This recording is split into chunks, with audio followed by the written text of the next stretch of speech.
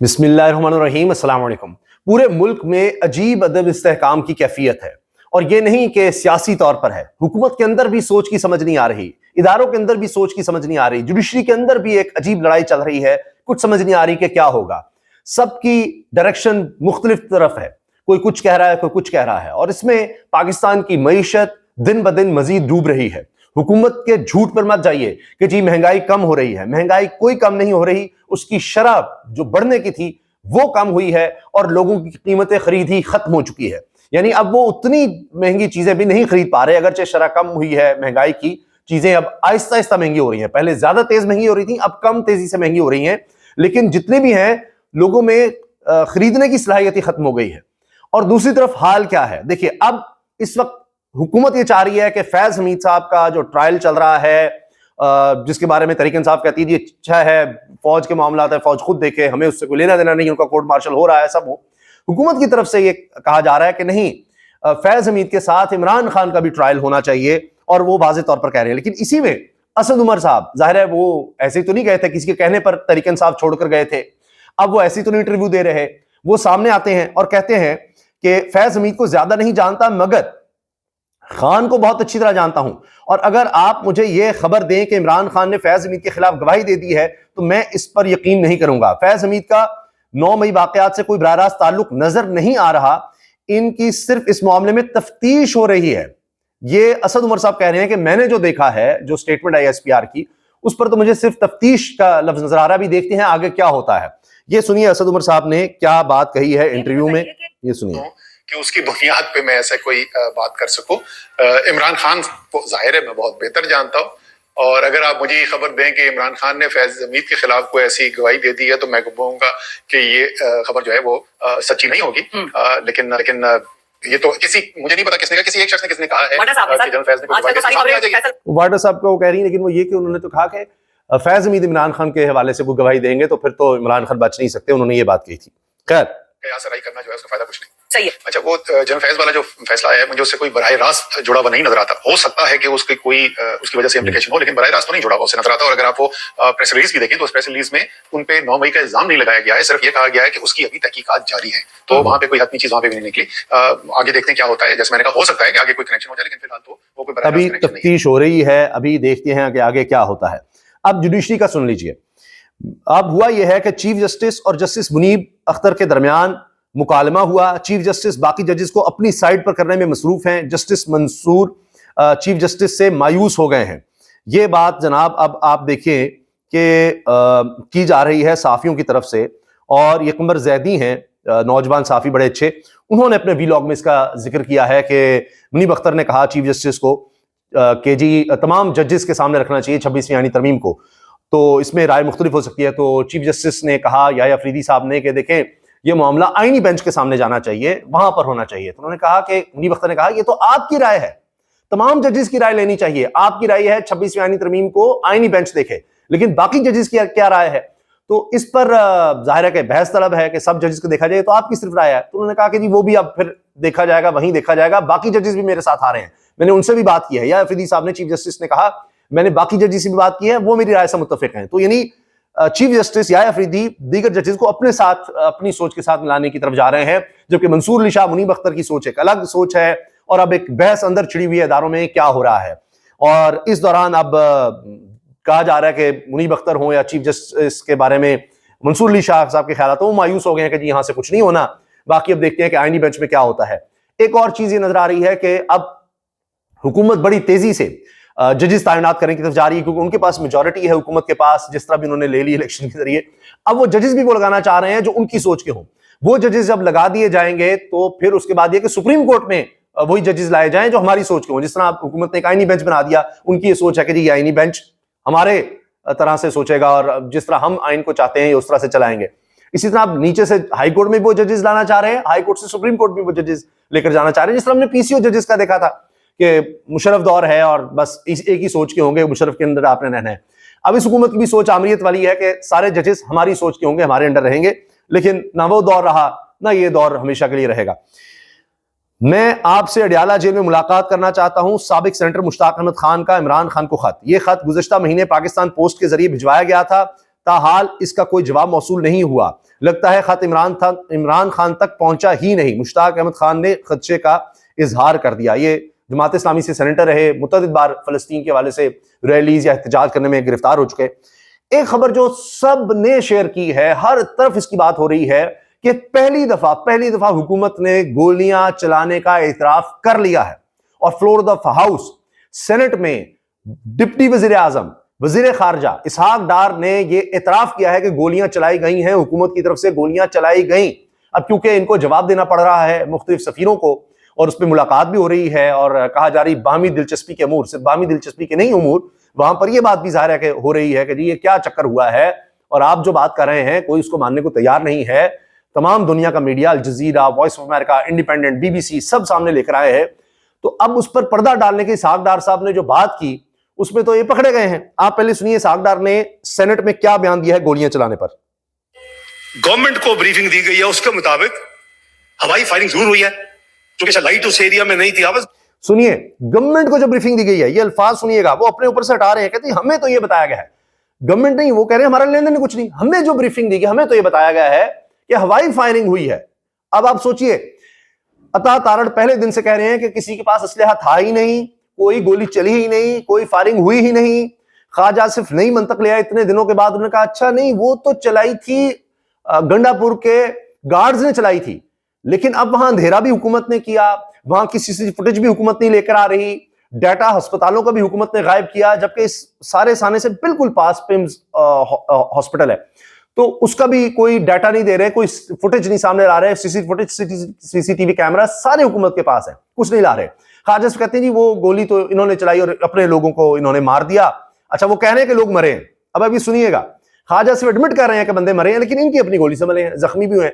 अब एक नई मंतक आ गई है। इसहाक डार साहब कह रहे हैं जी वो गोलियां जो हमें बताया गया है, हमें जो बताया गया है, हुकूमत पर नहीं वो लेना चाह रहे हैं कि जी हमने तो कुछ किया नहीं, हमें ये बताया गया कि हवाई फायरिंग हुई और फिर लोग जख्मी हुए, भगदड़ से हो गए होंगे। भाई भगदड़ से गोलियां कैसे लग गई?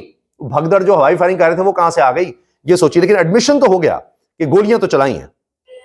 गवर्नमेंट को ब्रीफिंग दी गई है, उसके मुताबिक हवाई फायरिंग जरूर हुई है।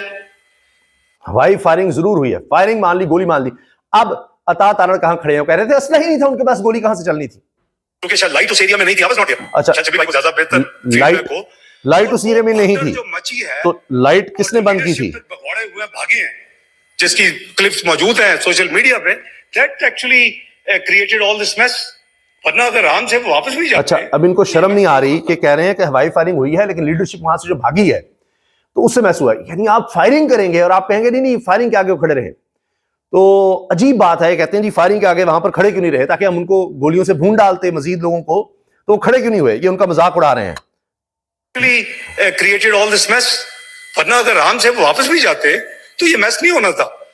आराम से वापस जाते हैं। भाई आंसू गैस के शेल के आगे कोई नहीं खड़ा हो सकता, वो तो फिर आंसू गैस के शेल खाते हुए नजर आए। कभी नून लीग के इन रहनुमाओं ने कभी कोई शेलिंग बर्दाश्त की है जिनको पता हो, और फिर उनका ये मजाक उड़ाते हैं, कहते हैं वो जख्मी हुआ होगा फिर भी इनको देखा जा सकता है, फलां किया जा सकता है। और साथ जो लोग बैठे नजर आ रहे हैं, यकीन करें वो नजरें नहीं मिला सकते। सारी उम्र ये उन जख्मियों के और जो लोग जाँ बाग उनके लवाहिकीन के साथ ये कभी कोई जाकर इजहार हमदर्दी भी नहीं कर सकते, उनसे नजर नहीं मिला सकती, क्योंकि उनके साथ झूठ भी बोल रहे हैं उनको मारने के बाद। सलमान राजा कहते हैं इमरान खान अफसुर्दा हैं, गोली नहीं चलनी चाहिए थी, आईन और कानून के लिए लड़ना है और लड़ते रहेंगे। अच्छा, कमर जैदी जिनका मैंने हवाला दिया कि उन्होंने वीलॉग में भी जिक्र किया है, चीफ जस्टिस सुप्रीम कोर्ट के 2 जजेस मुकम्मल मायूस, जुडिशल कमीशन की मीटिंग की ऐसी तफसीलात सामने आई हैं जिससे साबित होता है कि जस्टिस याह्या अफरीदी कैसे अपने साथ दीगर जजेस को शामिल कर रहे हैं और इन सब का क्या पैगाम उन्होंने मीटिंग में दिया। जस्टिस मुनीब से चीफ जस्टिस की क्या तकरार हुई, उन्होंने फिर सारा कुछ अपने वीलॉग में जिक्र किया है। आफिया सिद्दीकी की रिहाई के लिए पाकिस्तानी वफ्द अमेरिका पहुंच गया। जस्टिस सरदार एजाज इसहाक खान की अदालत में केस ज़ेर समाअत है, जिसमें अहम क्रेडिट आफिया सिद्दीकी के अमेरिका में वकील मिस्टर स्मिथ और इस्लामाबाद हाईकोर्ट के जस्टिस सरदार एजाज इसहाक खान को जाता है। हुसैन अहमद चौधरी की खबर है। फिर जनाब बरतानवी हाई कमिश्नर जेन मैरियट की वजीर खारजा इसहाक डार से मुलाकात हुई है जी, और कहा गया बाहमी दिलचस्पी के अमूर। वो मैंने आपको बता दिया कि उसके बाद फिर इसहाक डार साहब बयान भी बदल रहे हैं कि जी फायरिंग हुई है। मेरे पास ठोस इतला है कि अडयाला जेल के कैदी को पैगाम पहुंचाया गया है कि कुछ सवालात फैज हमीद की इंक्वायरी से मुतालिक हैं, आप इस बारे में तैयारी पकड़ लें, आपने मेरे खदशे को तस्दीक में बदल दिया है। बैरिस्टर गौहर ने आज थर्ड फोर्स की बात की। शाम का वाकया हमें बताता है कि मुल्क मुत्तहिद और खुशहाल उसी सूरत में रहते हैं कि वहां किसी सूरत में जमहूरी निज़ाम कायम हो, वरना आप किसी ना किसी सूरत में जमहूरी निज़ाम हो, वरना आपका अंजाम लिबिया, मिस्र और शाम जैसा ही होगा। ये जनाब अदनान हैदर और सीनियर साफ़ी नुसरत जावेद की गुफ्तगू है। लेकिन बात यह है कि हमारे यहाँ तो पता नहीं, उससे भी शायद बदतर निज़ाम है यहाँ पर, जिसके हवाले ये दे रहे हैं। हमारा 2018 का मैंडेट वापस करें, हम 2024 का कर देते हैं सागदार। ये देखें, एडमिशन पर एडमिशन ये है जी। और फिर फैज हमीद साहब के बारे में इल्जाम कि जिन्होंने 2018 का मैंडेट इनका चुराया था, तो उसके बाद उनसे मुलाकातें क्यों करते रहे ख्वाजा आसिफ साहब? फिर उन पर उस हवाले से भी फिर देखना चाहिए, मामला जो है फैज हमीद के वो भी खुलने चाहिए। फौजी अदालतों में सिविलियन ट्रायल का मामला, तारीख में पहली बार सुप्रीम कोर्ट का अपने साबिक chief justice Jawad S Khawaja पर 20,000 जुर्माना। इत्तला के मुताबिक justice retired Jawad S Khawaja इस जुर्माने को भी सुप्रीम कोर्ट में चैलेंज करेंगे। ये जनाब कोर्ट रिपोर्टर हैं जिन्होंने ये खबर दी है। अच्छा, इसके अलावा गवर्नमेंट ने पहली बार हवाई फायरिंग का इतराफ किया, जबकि इससे पहले दावा किया जाता रहा है कि किसी के पास असला ही नहीं था। और फिर ये कि जी इसहाक डार ने जो सेनेट में बयान दिया, इसकी डिस्कशन बहुत ज्यादा हो रही है।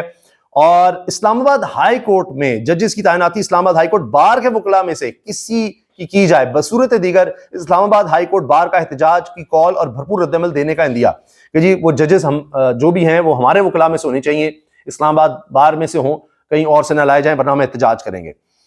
अच्छा, हमारे अखबारात में खबर क्या छपी? आजाद कश्मीर भर में अवाम ने एक्शन कमेटी का एहतजाज मुस्तरद कर दिया, स्कूल दफारते दुकानें खुले, सड़कों पर ट्रैफिक रवां दवा रही। इस तरह की जनाब खबरें छपती हैं। फिर इसी पर सौरा बरकत जो साफी हैं, नौजवान बड़े अच्छे, वो कहते हैं यहाँ ये हाल है तो सोशल मीडिया के दौर से पहले मुताला पाकिस्तान का कैसा हाल होगा, थोड़ा नहीं पूरा सोचें। कि यही वो जब सुकूत ढाका हुआ उस वक्त भी हमारे अखबारात इसी तरह की खबरें दे रहे थे कि सब ठीक है, जबकि सारा मीडिया तो नहीं बता रहा था, सारा मीडिया ब्लैकआउट था, लेकिन सोशल मीडिया पर बार बार खबरें आती रहीं, वीडियोज आती रहीं, और आखिरकार आज़ाद कश्मीर हुकूमत को घुटने टेकने पड़े और मुजाहिरीन की और एहतजाज करने वालों की डिमांड्स को मानना पड़ा। दावतनामा नून लीग के नाम था, मगर पंजाब हुकूमत सरकारी मुलाजमीन के हमरा सरकारी खर्च पर दौरा करने चीन पहुंच गई। अवाम के टैक्स का पैसा जाती दौरों पर खर्च किया जा रहा है और अस्पतालों में अद्वियात की कमी का सामना है। मोहम्मद महर साफी खबर दे रहे हैं, मरियम नवाज साहिबा और उनकी टीम ने झूठ बोला कि जी सरकारी दौरा है, चीन की दावत पर जा रहे हैं, जबकि वहां की जमात की, सियासी जमात की, कम्युनिस्ट जमात की तरफ से नून लीग को बुलाया गया, नून लीग को, और वो इनविटेशन टेलीविजन पर नजर आ रहा है, लिखा हुआ है वहां जो मुलाकात है, a warm welcome to the high level officials delegation of Pakistan Muslim League. तो अब एक जमात को जब बुलाया गया है तो फिर उसमें एयरफोर्स का तैयारा, सरकारी तैयारा, उसका सरकारी खर्च, उसका वहां ठहरना, उसका पेट्रोल वगैरह सब कुछ, और फिर यहां से सरकारी मुलाजमीन को ले जाना सरकारी खर्च पर, यह किस तरह जायज हो गया? क्या फिर पीपल्स पार्टी को, तहरीक इंसाफ को, JUI को, MQM को, यानी ये जितनी भी पार्टीज हैं, कोई पार्टी किसी मुल्क की बुलाती है तो इन पार्टीज को भी सरकारी जहाज दिया जाएगा, सरकारी सतह पर सारा खर्च सरकार का, गरीब के टैक्स के पैसे का दिया जाएगा, और पहले ही मरात इतनी इनको दी जा रही हैं। इसी तरह अहमद बड़ाइच ने इस चीज को एक्सपोज किया है। अगर चीनी कम्युनिस्ट पार्टी का इंटरनेशनल विंग कल को peoples party, Tehreek Insaf, JUI, MQM, काफ लीग, महमूद अचकजई, अख्तर मेंगल के दौरे को बुलाता है, तो क्या इन सबको भी पाकिस्तान एयरफोर्स का तैयारा दिया जाएगा, या ये सहूलत सिर्फ मुस्लिम लीग नवाज के लिए है? और इसके अलावा हसन रजा, ये ब्यूरो चीफ हैं लाहौर के, दुनिया न्यूज के, ये कहते हैं पंजाब हुकूमत का वफ्द तो हुकूमती सतह चाइना जाने का दावा करता रहा, मगर चाइना दौरे के दौरान पोल खुल गया। वफ्द में वज़ीर आला पंजाब मरीम नवाज, सीनियर वजीर मरीम औरंगजेब, वज़ीर इत्तलात असमा बुखारी, चीफ सेक्रेटरी जाहिद अख्तर जमान, अच्छा जहां जाती है चीफ सेक्रेटरी जरूर साथ होते हैं, वो कह रहे थे निजी दौरा है वहां यूरोप का, स्विट्जरलैंड वगैरह, वहां भी चीफ सेक्रेटरी साहब थे। और अब चीफ सेक्रेटरी जाहिद अख्तर जमान और दीगर शामिल हैं, मगर चाइना में जिस तरह वेलकम किया गया वो आपके सामने रख रहा हूं, जिसमें हाई लेवल वफ्द मुस्लिम लीग नून लिखा गया। क्या यह पार्टी सतह का वफ्द चाइना पहुंचा है, मगर खर्चा फिर भी सरकारी क्यों? पंजाब हुकूमत ने तो बताया कि सरकारी वफ्द है, बहुत अच्छे अच्छे काम हो रहे हैं, मगर खुशामदीद पंजाब हुकूमत या वज़ीर आला क्यों नहीं लिखा गया? कई सवालात जन्म ले रहे हैं और इन्होंने बाकायदा पंजाब हुकूमत को इसमें शामिल किया है, और वहां लिखा हुआ है पाकिस्तान मुस्लिम लीग नवाज लिखा हुआ है। ये मुस्लिम लीग नवाज को हमने यहां पर बुलाया है, उनके डेलीगेशन को वेलकम करते हैं। कहीं पंजाब गवर्नमेंट का जिक्र नहीं है, कहीं पाकिस्तानी अवाम का जिक्र नहीं है, कोई कुछ नहीं। और देखें इन्होंने किस तरह झूठ बोला कि जी वहां से सरकारी वफ्द वहां पर जा रहा है, सरकारी दौरे पर जा रहे हैं। ये तो नून लीग का दौरा है, मुस्लिम लीग नून के दौरे को सरकारी दौरा क्यों बनाया और बताया गया? एक पार्टी के दौरे पर एयरफोर्स का तैयारा और सरकारी अखराजात क्यों हुए? जिस दौरे को वज़ीर आला को खुसूसी दावत बताया गया वो तो मुस्लिम लीग नून यानी नवाज शरीफ नाम लिखा हुआ है वहां, नवाज के वफ्द का दौरा निकला। चीफ सेक्रेटरी समेत दीगर अफसरान क्या नून लीग के कारकुन हैं जो दौरे पर गए? मोहम्मद मेहर ये साफी ये सवाल उठा रहे हैं। तो देखिए चीजें छुपी नहीं रहती, इसलिए फिर इंटरनेट को बंद किया जाता है, इसलिए फिर ऐसे साफियों के खिलाफ पर्चे काटे जाते हैं, उनको गिरफ्तार करवाया जाता है, उनको हिरासा किया जाता है कि भाई तुम क्यों सच सामने ले आते हो। इजाजत दीजिए, अल्लाह हाफिज।